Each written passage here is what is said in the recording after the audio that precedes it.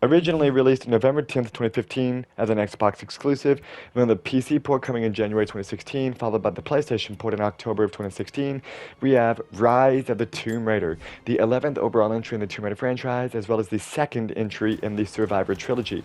This game was developed by Crystal Dynamics and published by Square Enix. Rise of the Tomb Raider is a sequel to the 2013 game Tomb Raider. The plot involves Lara Croft, the famous character, trying to find the lost city of Katesh, and also trying to finish what her father had started with researching the city of Katesh. But since this is a Tomb Raider game, there has to be some other force involved, and this time the enemies of this game are Trinity, who is like a militia force, and they were also in the first game too, they were on the island. Lara and Trinity are both trying to find an artifact known as the Divine Source, and basically it's a race as to who can get there first. Now, all the enemies in this game are basically Trinity agents that you have to fight, and I think the strongest point of this game is definitely the combat. But I can't forget to mention that this is also a beautiful looking game. It's very scenic, and it also has a big sense of depth that I also thought 2013 had, where the environments just feel massive and full of life. And there's also the occasional collectible that you can run across, similar to the first game in the series. I also thought the side missions were better in this game because instead of weird missions like shoot down all these wind chimes or burn these banners, this game has missions where you have to, well, side missions, where you have to find these monoliths, and the monoliths actually help Lara to become more proficient in said language, whether it's Greek or Russian.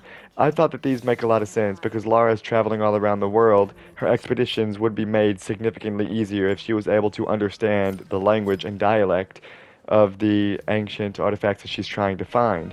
So I thought that was very, very cool. And of course, you do have the occasional tomb raiding of the game. The sense of exploration and wonder that these scenes inhibit are quite nice. However, they are optional, similar to Tomb Raider 2013, so you don't have to do these if you don't want to. Of course, the combat is what you're going to be doing for the most part in this game, but I still think that these are cool inclusions nonetheless. Similar to 2013, you also have a skill tree in which Lara can upgrade her abilities. She has Hunter, Brawler, and Survivor abilities that she can upgrade. These upgrades can range from Lara taking less damage to her actually being able to stealth kill enemies and take all the resources that are necessary, which can help her to craft upgrades for weapons, etc., craft arrows on the fly, stuff like that. Through the optional completed tombs or just by finding loot boxes hidden throughout the map, Lara can actually find weapon upgrades as she has to return to base camp to actually implement. And I thought these portions were cool. You actually get to see what Lara's looking at this time. She doesn't just peer into her chest and say, oh, look at that. So I think it's quite nice. But in terms of combat, I think this is absolutely Rise of the Tomb Raider's strongest portion. In 2013, I thought the combat was really good, especially for the time. But one thing that this game does really well is the ability to craft health upgrades and even craft explosives. You can find a bottle lying around, and of course you can throw that bottle at an enemy to distract them, to set them up for a stealth kill, or to simply draw them away from a crowd. Or you can craft a Molotov cocktail or even some explosive devices, and you can use that to set up these intricate traps for enemies, or to just simply try to control where the enemies are. You have the usual weapons. You have a bow and arrow, a pistol, an assault rifle, and then finally the shotgun. Now obviously the shotgun is my favorite weapon. But the pistol is the best for long range. It has the lowest fire rate, but it's very good for picking off enemies from far away. The assault rifle is mostly just good for crowd control. It's not very accurate unless you upgrade the weapon, I guess. It doesn't do much damage. The shotgun, as I said, is my favorite. Deals a lot of damage, but you have to be careful because it's really only useful from up close. And then finally, you have the bow and arrow, which is very good for shooting enemies very, very far away, and plus it's quiet, you can use it for stealth. But my favorite portion of the combat in this game was picking up a bottle, crafting a Molotov cocktail with it, and just absolutely launching it around. You can also craft those things while running, particularly health kits and stuff like that, and I just think that that was absolutely the best portion of this. Lara can just scavenge any sort of resources that she finds from the enemies, and then she can turn it into a Molotov cocktail on the fly while running, and I think that it's really, really cool. Of course, you do need health kits in this game because Lara does take damage very, very quickly, which is understandable, and it's always a great idea after a combat encounter to just run around and try to loot as many things as you can to try to scavenge all the resources that you can from the enemies, because you can use those not only to craft weapon upgrades and stuff like that, but also to craft arrows and even supplies that you might need for future combat encounters.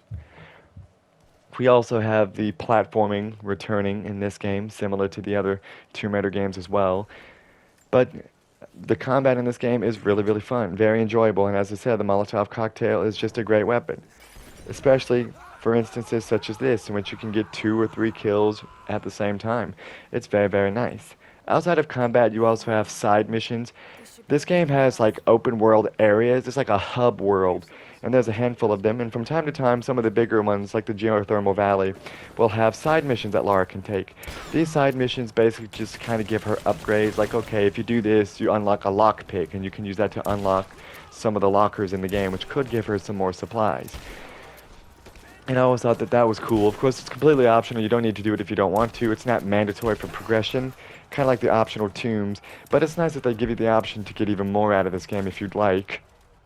Of course, as you get further into the game, there are more and more difficult enemies, such as enemies with armor that can absorb 3 shotgun blasts, or enemies that have a helmet requiring 2 headshots to take them out. You can also upgrade the stealth kills to make them faster. Anything can be upgraded in this game to make Lara stronger, deal more damage, make the weapons deal more damage, make her craft items faster, stuff like that. So it's a very good idea to upgrade Lara basically as often as you can, because in this game she dies very quickly, so hiding behind cover is especially important.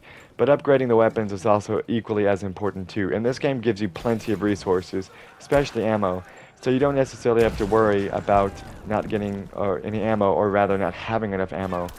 Some types of ammo can be crafted, as I said, like the arrows, but hiding behind cover is absolutely important, otherwise you're going to be running around and scrambling constantly. But scrambling is a great idea because you're far less likely to be hit. So I liked the idea that the combat is quite restrictive, like you have to protect yourselves at all times, which I thought was great. You're not just like Rambo, where you can just run up and go absolutely full force and just unload clips on people. It's not going to work out for you. But there's also these bushes that you can hide in. I'm sure you could do these entire sections completely stealthily if you wanted to. Stealth is fine for picking off some enemies, but there's nothing better than just running around and weaving a Molotov cocktail and hoping for the absolute best. At least that's what I decided to do in this game, and I think it worked out fairly well. But outside of all this combat stuff, you still have the occasional break where instead of shooting a bunch of enemies, you decide to look through a tomb and explore the wonder that is contained within, such as this instance here of the Flooded Archive, which in my opinion is the coolest part of the game. The Flooded Archive was really fun. You also fight a bunch of enemies here, and of course those red barrels do explode when you shoot them. But these scenes are always just the coolest portion ever, and as I said, they feel really big and grand, and I really like that in a Tomb Raider game. Just this idea of this place feels really epic. Also, another thing I'd like to point out is the Croft Manor DLC, which I very much enjoyed. It's nice to see a more modern rendition of the Croft Manor, especially in the modern Tomb Raider games. This is just completely relaxed. You run around, you explore Croft Manor, you solve some puzzles, and you get to learn a little bit more about Lara's backstory, and I thought that this was a great DLC, and most importantly, Croft Manor is beautiful to look at. Overall, Rise of the Tomb Raider is a great time, and probably my favorite Tomb Raider game. This is definitely an 8 out of 10 in my opinion, and plus, you get to explore Croft Manor. What's not to love?